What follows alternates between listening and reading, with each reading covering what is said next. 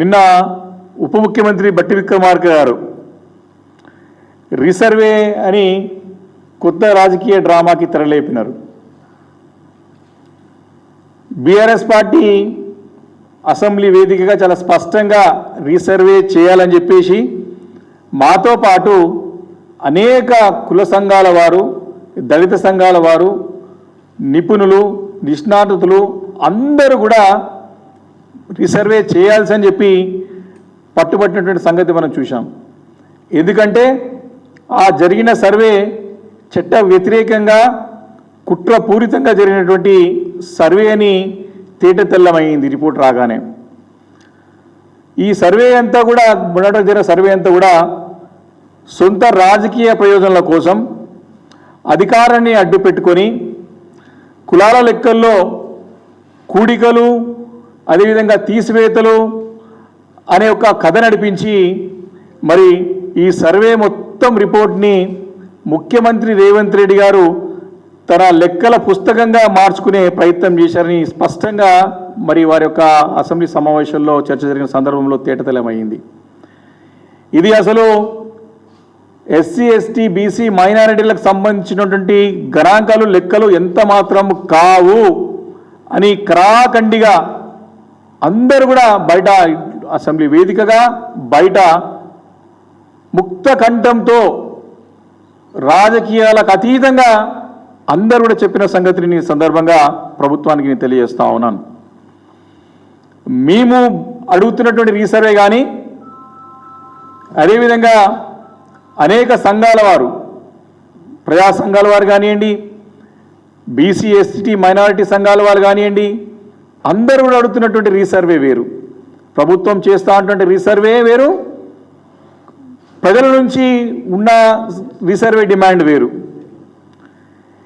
మా రీసర్వే వెనకాల, ప్రజా సంఘాల రీసర్వే వెనకాల ప్రధానంగా బడుగులందరికీ న్యాయం జరగాలనే తాపత్రయం ఉన్నది, అందరికీ మంచి జరగాలని చెప్పేసి తపన ఉన్నది.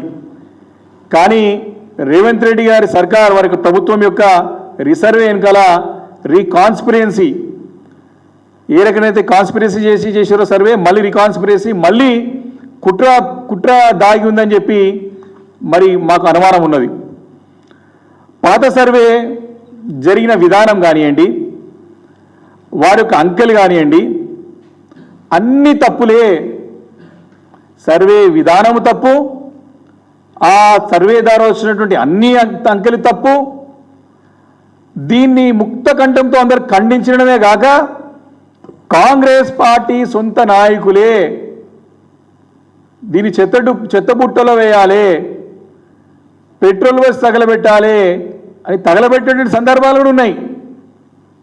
కాబట్టి ఈ యొక్క పొడిగింపు, ఈ యొక్క చట్ట వ్యతిరేకమైనటువంటి సర్వే, న్యాయస్థానాల నుండి నిలబడేటువంటి సర్వేకి 4 పేజీలు జోడించి మళ్ళీ ఆ జోడించడానికి 4 పేజీలు జోడించడానికి కోసం రీసర్వే అనవసరం అని చెప్పేసి నేను స్పష్టంగా ప్రభుత్వానికి తెలియజేస్తా ఉన్నాను.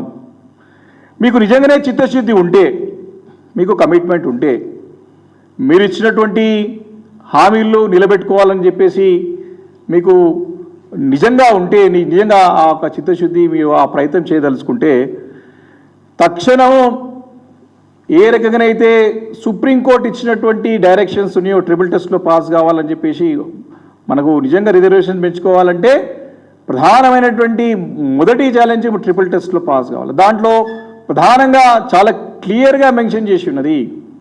మీరు మొదటి నుంచి కూడా తప్పు చేస్తూ ఉంటే అందరం కూడా మీ తప్పులను ఎత్తి చూపుతూనే ఉన్నాం.